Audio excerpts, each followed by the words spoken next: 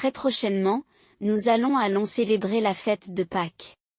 Savez-vous réellement ce qui s'est passé avant? Permettez-moi de vous raconter le récit biblique qui a précédé cet événement, tel un conte à lire aux enfants, et pourquoi pas aux adultes. Les réseaux sociaux joueront pour une fois un rôle bénéfique. Vous retrouverez des livres interactifs entièrement gratuits sur le site. Vous pouvez accéder à des livres interactifs entièrement gratuits sur notre site. Ces ouvrages interactifs offrent une expérience de lecture unique, permettant au lecteur d'interagir avec l'histoire et d'influencer son développement de la foi. En explorant ces livres, vous trouverez des images de personnages qui enrichiront la lecture des enfants votre expérience de lecture.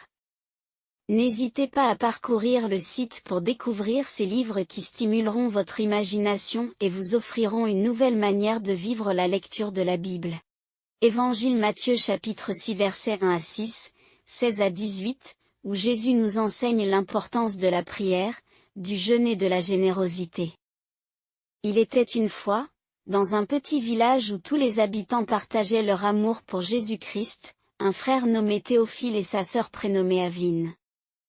Un jour, ils se tournèrent vers leurs parents, Émeric et Océane, avec des yeux remplis de curiosité et demandèrent: « C'est quoi le mercredi des cendres ?» Les parents, amusés par la question, comprirent que les enfants faisaient référence au mercredi des cendres.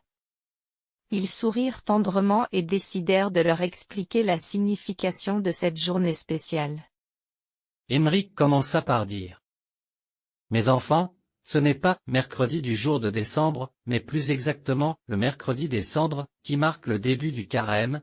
C'est une période de 40 jours de jeûne, de prière et de réflexion pour les chrétiens.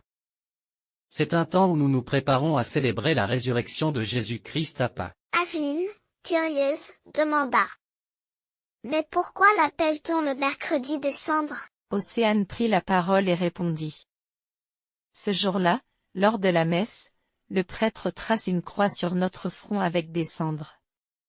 Cela symbolise notre humilité, notre repentance et notre désir de nous rapprocher de Dieu. » Théophile, toujours avide de connaissances, demanda: « Est-ce que tu peux nous citer un exemple de psaume et un évangile qui parlent du mercredi des cendres ?» Émeric réfléchit un instant et dit: « Bien sûr, mon cher Théophile. Un exemple de psaume qui est souvent récité lors de cette journée est le psaume 51, 50, « Crée en moi un cœur pur, ô mon Dieu. » Quant à l'évangile, nous lisons souvent le passage de Matthieu chapitre 6 versets 1 à 6, 16 à 18, où Jésus nous enseigne l'importance de la prière, du jeûne et de la générosité. Les enfants écoutèrent attentivement les paroles de leurs parents et commencèrent à comprendre la signification profonde du mercredi des cendres. Ils réalisèrent que c'était un temps de renouvellement spirituel et de connexion avec Dieu. Émeric et Océane expliquèrent ensuite le déroulement de la messe du mercredi des cendres, où les fidèles se rassemblent pour prier, recevoir les cendres et méditer sur leur relation avec Dieu et avec les autres. Les enfants étaient fascinés par tout ce qu'ils venaient d'apprendre.